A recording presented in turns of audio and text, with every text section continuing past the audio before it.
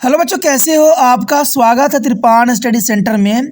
आज जो हम यहाँ करने जा रहे हैं क्लास 10वीं सीबीएसई एनसीईआरटी के सामाजिक विज्ञान यानी सोशल साइंस का जो है हम यहाँ पर पेपरों का अध्ययन करेंगे विस्तार पूर्वक।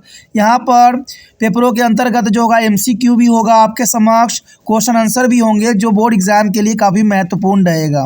और सबसे महत्वपूर्ण बात ये रहेगा कि इसमें हिंदी इंग्लिश दोनों ही माध्यम में आपको यहाँ पर समझाया जाएगा, जो कि और भी महत्वपूर्ण बन जाता है।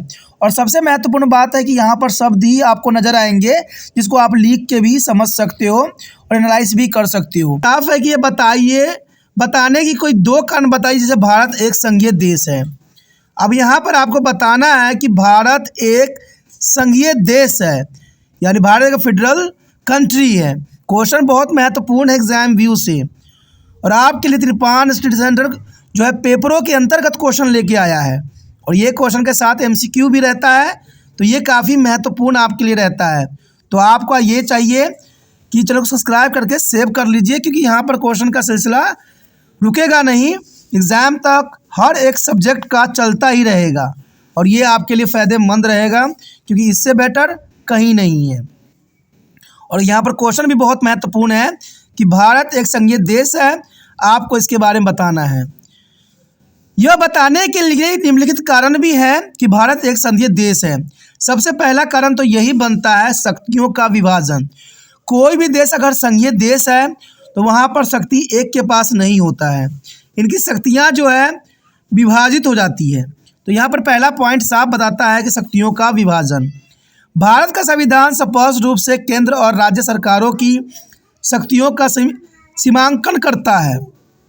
देखा जाए तो ये महत्वपूर्ण बात है यहाँ पर कि भारत का संविधान स्पष्ट रूप से केंद्र और राज्य सरकार की शक्तियों का सीमांकन करता है, और दोनों के अधिकार क्षेत्र के अपने अपने अलग अलग क्षेत्र होते हैं। केंद्र का भी अपना अलग क्षेत्र होता है और राज्य सरकार का भी अपना शक्तियों का अलग क्षेत्र होता है।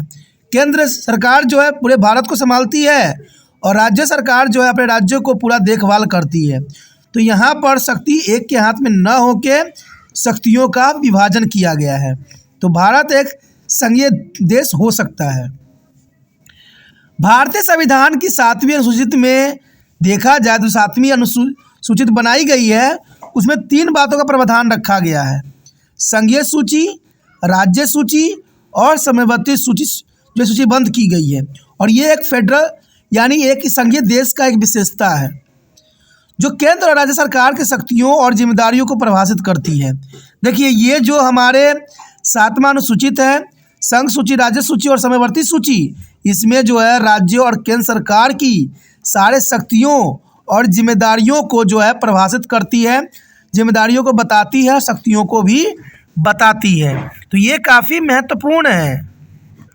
अगला पॉइंट जो है संघीय बनाने के लिए पर्याप्त है कि स्वतंत्र न्यायपालिका। देखिए, ये संघीय देशों की सबसे महत्वपूर्ण विशेषता होती है कि स्वतंत्र न्यायपालिका। भारत में न्याय समीक्षा की शक्ति के साथ एक स्वतंत्र न्यायपालिका का भी व्यवस्थित किया गया है, इसलिए भारत संघीय देश हो सकता है। भारत का सर्वोच्च न्यायालय देश का सर्वोच्च न्यायिक प्राधिकरण है, और इसके पास संविधान की व्याख्या करने और केंद्र और राज्य सरकार के बीच विवादों को सुलझाने की भी शक्ति दी गई है। तो देखा जाए स्वतंत्र न्यायपालिका होना एक संघीय देश को जो है रिप्रेजेंट करता है। तो ये काफ़ी महत्वपूर्ण पॉइंट आता है संघीय देश होने के लिए। उसके पश्चात आता है राज्य का प्रतिनिधित्व। देखिए, ये काफ़ी महत्वपूर्ण बात है कि राज्य का प्रतिनिधित्व।